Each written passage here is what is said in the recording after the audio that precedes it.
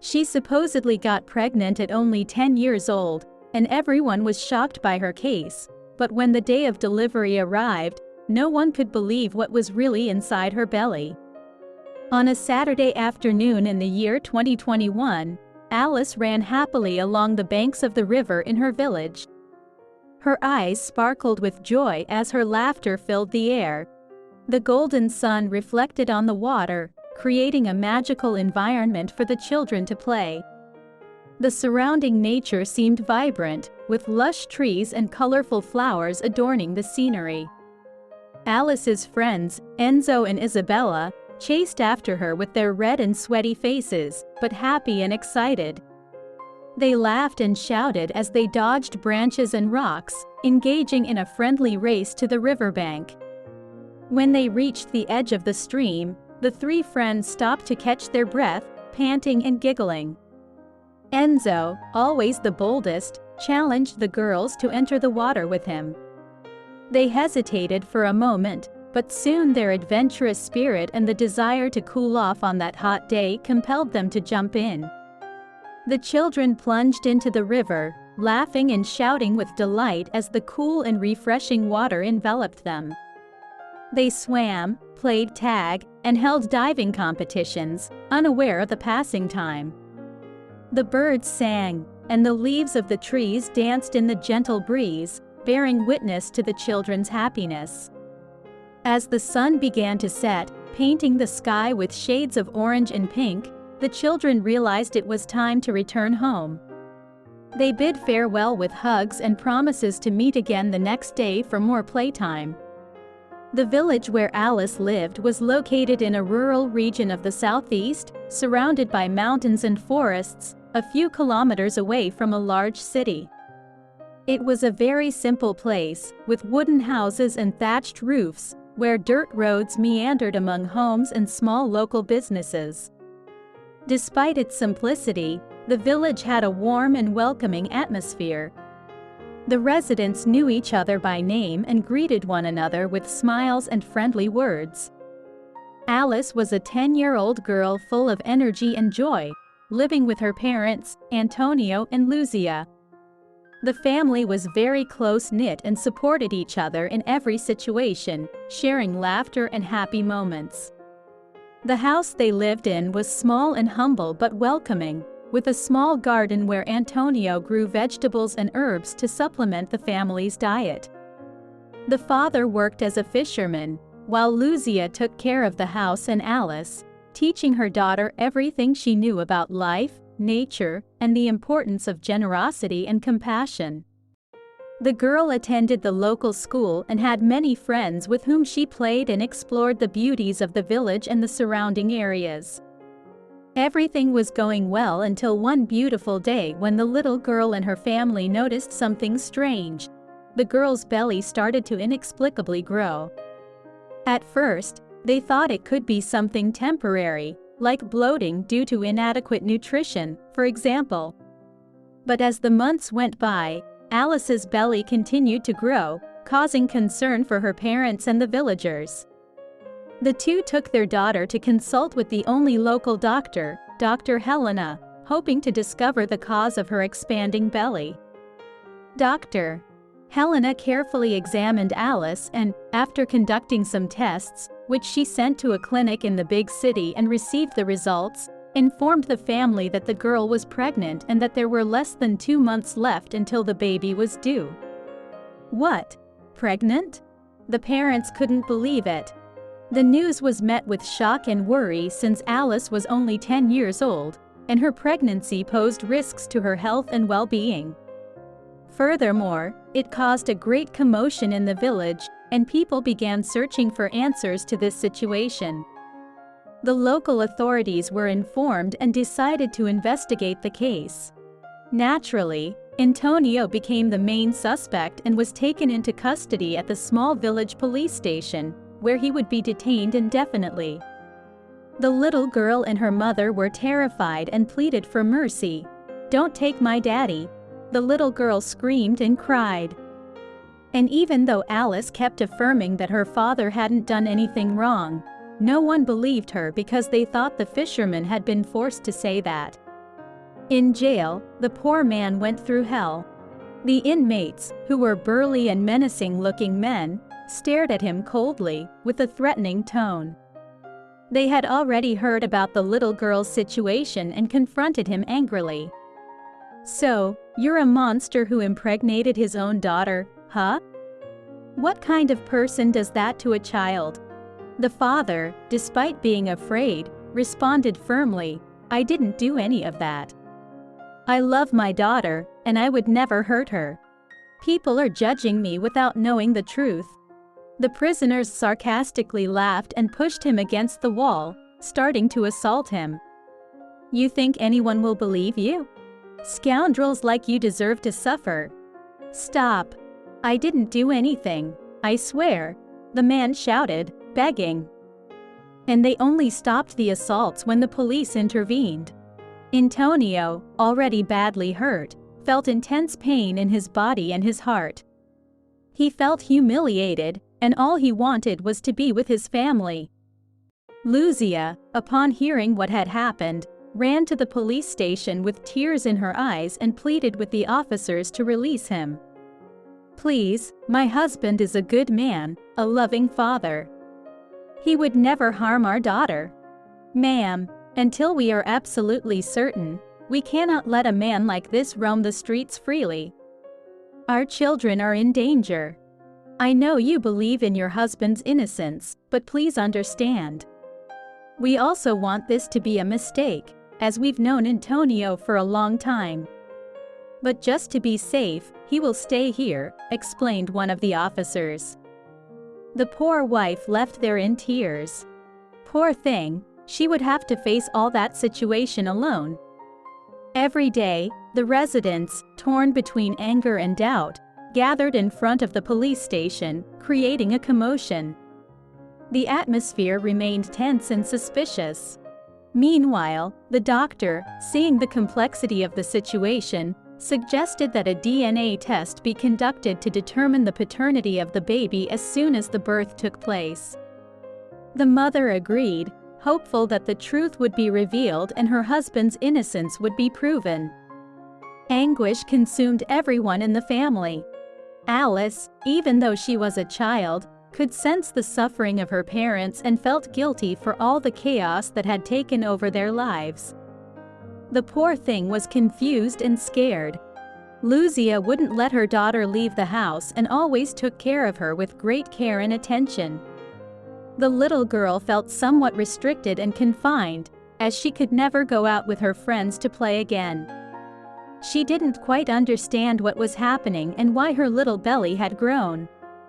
"Mommy, is there something wrong with me? Am I sick? Is that why my belly is so big?" Alice asked. "No, of course not, sweetheart. You're fine.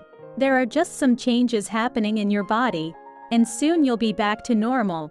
Luzia tried to calm her daughter and explain the situation, but the girl had conflicting feelings and many unanswered questions. "Mom, what's going to happen to me? I don't understand why I'm like this. I feel a strange pain down here. My belly hurts," she said with a trembling voice. Luzia said that all of that was normal because there was a little baby inside her. "You're going to have a baby, my dear, and it will be loved very much. You're going to be a great mother, and I'll help you with everything you need," she affirmed, smiling gently. But something still remained unexplained to Luzia. Who had done that to her precious girl? Who could be a monster to do something so terrible to a 10-year-old child? She was so devastated that she cried every day hidden from the girl. However, whenever the mother brought up the topic, Alice would say that it wasn't anyone's fault. "I swear I don't know who did this to me, Mommy," the poor girl would respond with tears in her eyes. The little girl's mother suspected that something was wrong but didn't know how to explain or what to think. So, during the last month of the girl's pregnancy, Luzia tried to distract her and keep her busy by engaging in simple activities like sewing or cooking. "Let's bake a cake, Alice. You like cake, don't you?" The girl felt grateful for her mother's affection, but at the same time, she was insecure. When her little belly hurt and she woke up crying, she would despairingly ask, "Did I do something to deserve this, Mommy?" Lucia would embrace her daughter and kiss her forehead, reassuring her that she was not at fault and that everything would be all right. "You are a strong and brave girl, Alice. We will overcome this together, okay?" she affirmed with conviction. Poor things, what a situation. Meanwhile, Antonio faced his constant struggle to prove his innocence in prison. He felt powerless and frightened by the threats from other inmates, who considered him a monster. The fisherman always received letters from his wife, informing him about their daughter's situation and the family's financial condition, as he was the sole breadwinner. The poor man worried about not being able to do anything and suffered from the judgment of everyone. In his cold nights, always after being beaten by the inmates, he would cry and lament over his little girl having gone through something terrible. "My God, how could this have happened? I wish I could be there to help my girl." In one of the letters he sent, the little girl's father expressed his sadness and anguish. "My dear daughter, I know I can't be physically present to take care of you during this difficult time, but I want you to know that I'm praying for you and our family every day. Don't give up, my daughter. You are strong and brave, and I believe everything will be fine in the end." So, even with everything in extreme chaos, the expected date for Alice's delivery was approaching, and the entire village was mobilized to help the family. The neighbors organized themselves to gather resources and prepare a suitable place for the baby's birth. Dr. Helena was in constant contact with the girl's family, providing information and guidance to ensure the health and safety of the girl during childbirth. She also mobilized her network of contacts to secure medical supplies in case of an emergency. Although the healthcare support situation in the village was somewhat precarious, everyone was eager and helping as much as they could. "Don't worry, Mrs. Lucia. We will take care of your daughter with all the care and dedication she deserves. Count on me for whatever you need," the doctor said, reassuring the mother. The anticipation surrounding the birth of the little girl's baby was high, but since they were all very close-knit, they wished the best for her poor family. "We are rooting for Alice and your family. Let's come together and help however we can," said one of the neighbors, comforting Lucia. Finally, the day for the scheduled cesarean section arrived. The inhabitants were tense, and both the girl's mother and father relied on the support and solidarity of the entire community to overcome this difficult situation. The entire village was bustling, with people agitatedly coming and going, murmuring among themselves about the fate of the girl and the baby. The atmosphere was filled with tension and anticipation. In prison, the fisherman paced back and forth, biting his nails and silently praying for everything to go well. He knew that the DNA test depended on the child's birth and was anguished. The medical team, led by Dr. Helena, was fully mobilized, awaiting the arrival of the little girl to perform the delivery. Everyone in the village had halted their activities, suspended in time, waiting for the outcome of the story. The operating room was meticulously prepared for a cesarean section since Alice, at just 10 years old, couldn't have a normal delivery. Finally, the little girl arrived at the clinic, accompanied by her mother, who tried to hold back her own tears and calm her daughter. The girl, despite her fear, showed bravery. The doctor entered the room dressed in surgical gown and looked longingly at the little girl before starting the procedure. "Come on, dear. I'll examine you one last time before we start," said the doctor, trying to maintain a calm and tranquil voice. However, no one could imagine what would happen next. As she carefully examined Alice, the doctor furrowed her brow in intrigue. Something was not right. She asked everyone to step back and performed a more detailed examination.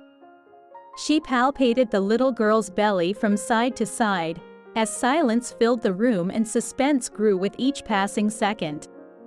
Then, after a few minutes, the woman exclaimed, I can't find the baby." She was visibly confused. "What do you mean there's no baby?" exclaimed Lucia, widening her eyes, incredulous, almost entering into panic. Everyone in the room was in a state of shock, unable to comprehend what was happening. Helena, realizing that something was very wrong, decided to perform an emergency ultrasound. The tension intensified as the doctor prepared the equipment. The nurses and the entire medical team whispered and murmured. As soon as the doctor began the examination, the image projected on the screen showed only fluid and not the baby everyone expected to see. "I'm sorry, but there is no baby here," announced the confused woman. "Alice is not pregnant." What was the reaction of those present? "What is happening, Mommy?" The little girl didn't understand anything. Then, the doctor requested to perform some additional tests and take them to the city to find out what had happened to the girl. The mother quickly agreed, and thus, the cesarean section was cancelled. What happened inside? Where is the baby? The people waiting outside the clinic wondered in intrigue as they saw Lucia and Alice leaving empty-handed. Then, they took a sample of the fluid and the girl's blood to the laboratory in the city to conduct further tests and understand what was happening. While waiting for the results, the community remained apprehensive, restless with the revelation that there was no baby. In the meantime, Antonio was released from prison since, without the existence of a child in the girl's womb, it was proven that he hadn't harmed his own daughter. Nevertheless, suspense still loomed over the village, and everyone was eager for answers. After a few days of waiting, the test results finally arrived in the village. Dr. Helena summoned Alice's family and some members of the community to share the information. "I have the results of Alice's tests," the doctor began, looking at the anxious faces of those present, "and now we have an explanation for what happened." Everyone held their breath, waiting for the revelation. "Alice has ascites, a condition commonly known as fluid retention in the abdomen," she continued. "It is caused by the accumulation of fluid in the abdominal cavity, which can be the result of various medical conditions."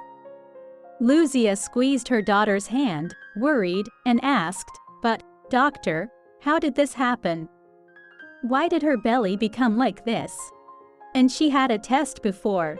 How did they conclude that she was pregnant?" The doctor patiently explained, "Let me explain. Ascites can be caused by parasitic infections, for example. In Alice's case, that was likely the cause. Due to the poor sanitation conditions in our village, our creek, where children like to play, is not being properly treated, and it's possible that she picked up the parasite there. This caused the fluid to accumulate in her abdomen, giving the appearance of a pregnant belly. As for the test that was done and wrongly diagnosed as pregnancy, it seems there was a mistake at the clinic in the city. A nurse, who wasn't having her best day, confused Alice's samples with those of a pregnant young woman. But we have already contacted the authorities, and they are taking steps to hold the clinic accountable for irresponsibility and negligence." "And what can we do to help our girl?" the father asked, concerned. "The treatment involves combating the infection and eliminating the excess fluid," the doctor replied. "We will need specific medications and possibly a medical procedure to drain the accumulated fluid, but the good news is that Alice will be fine." Everyone in the room breathed a sigh of relief, but they were also aware that a challenge lay ahead. The village needed to improve its sanitation conditions and ensure that its residents had access to adequate medical care. And so, everything returned to normal. Over time, Antonio received compensation for being unjustly imprisoned and for suffering during the days he spent in jail, away from his family and unable to work. This money helped the family cope with the challenges they faced and invest in Alice's treatment and the necessary improvements to their home. Alice, after effective treatment, became completely healthy and resumed playing with her friends. Fortunately, the girl did not suffer any lasting trauma from the situation she went through. Her recovery brought relief and joy to the entire family, as well as to the community of the village. The village, now aware of the importance of proper sanitation conditions and access to medical care, worked together to improve the lives of all its residents. Alice and her family's story brought a new sense of unity and hope, causing the village to find happiness again and strive to build a safer and healthier future for everyone. And if you enjoyed this story, surely the next video appearing on your screen will surprise and move you as well. Don't forget to subscribe to the channel, leave a like on this video, and activate the notification bell to not miss any of our upcoming videos.